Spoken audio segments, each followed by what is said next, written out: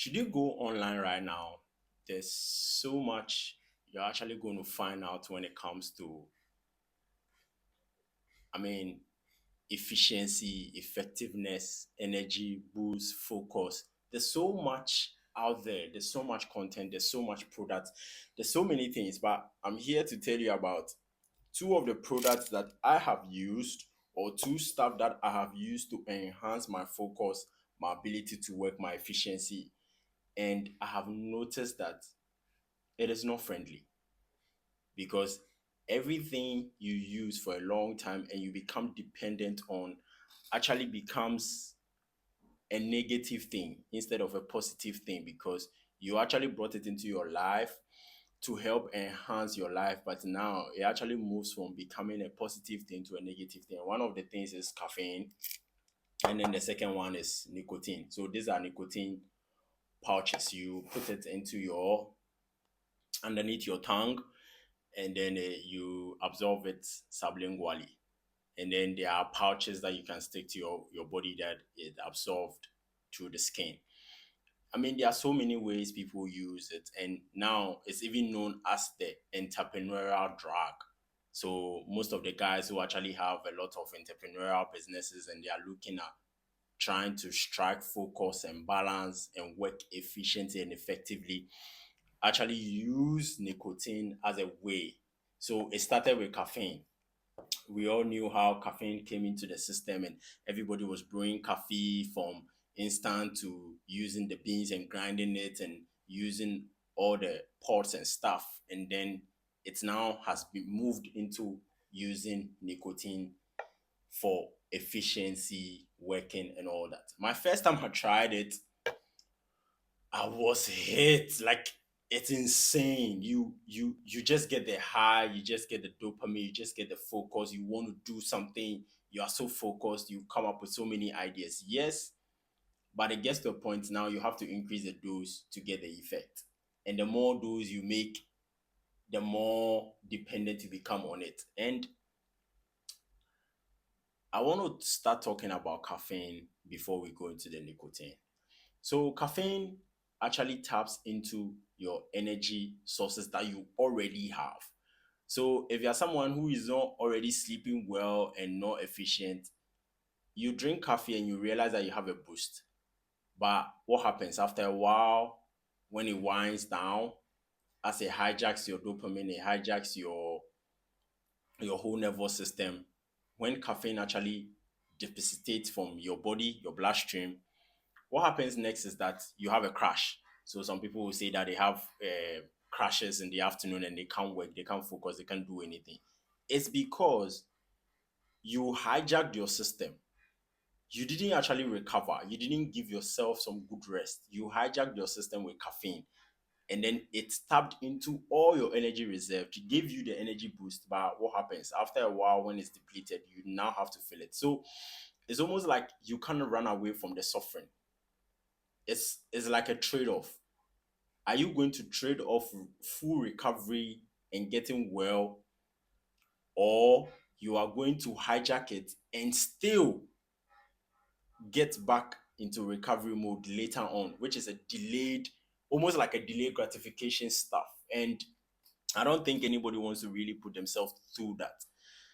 So my advice is that if you use caffeine, then you need to take breaks from it. Let's say now nicotine. Let's talk about nicotine, the pouches, the patches, the pouch, whatever it is that you're using, the gum. Yeah, it sounds like it's not addictive.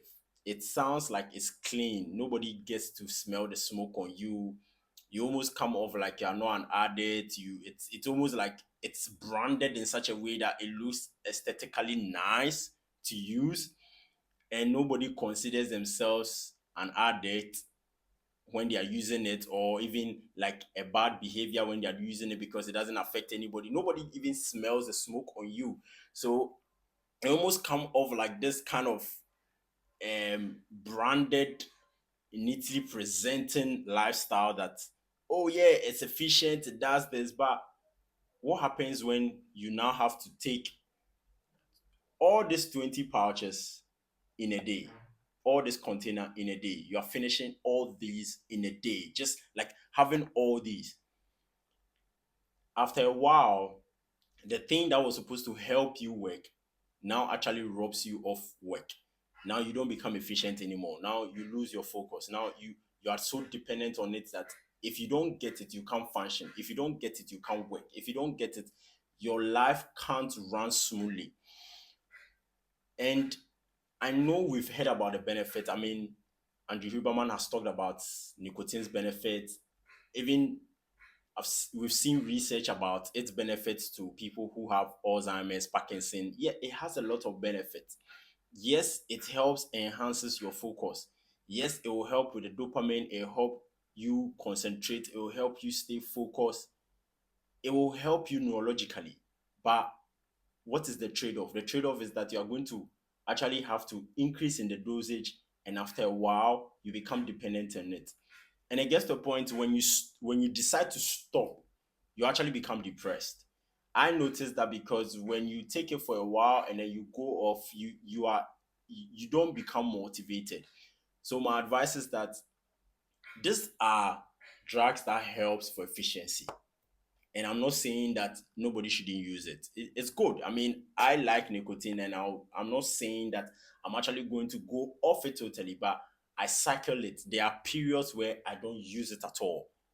So please, let's try to have breaks away from some of these things. There are days I don't take coffee at all, like almost like a week, 2 weeks, like a month. I will not have caffeine in my blood so that I can give my body a chance to detox and reset it, because all these things have their implications. And who wants to be a slave to something? The moment you become dependent on something and you don't want to let go and you always want to have it, you always want to consume it, it means you are dependent on it. And if you are dependent on something, it means that you are addicted to that thing. And addiction leads to problem. And also, even recently, Dr. Atia interviewed someone on nicotine, and he was no, it was actually his AMA, Ask Me Anything. And they noticed that there were some compounds in there that are even dangerous. They are sort of carcinogenic. So my advice to anybody who actually is using these things is that you need to take breaks from it, and you have to be careful because some of the properties doesn't exempt it from dangers. So because this is not pure nicotine, it's gone through processing and all that. And that also comes with its own effect, because this is not smoke, doesn't exempt it from the dangers that you have in your life. And if you're an entrepreneur who is looking at high performance and stuff, there are other things you need to look at. You need to look at your sleep habits, you need to look at your nutrition, you need to look at other stuff. Because nicotine can numb you, and there'll be days you don't even want to work out, you don't even want to do anything. So I I want you to look at cycles where you don't have all these drugs, because they are considered drugs. You need to go off them so that you don't become a slave to them, so that you can function without them, and then you don't become dependent. So this is my 2 cents knowledge to anybody out there, any high performer out there, any entrepreneur out there who is trying to better their life, who is trying to build a life for themselves. This is just my 2 cents of wisdom. And as always, I'll see you in the next video. Like, subscribe, share to somebody who needs to hear this information.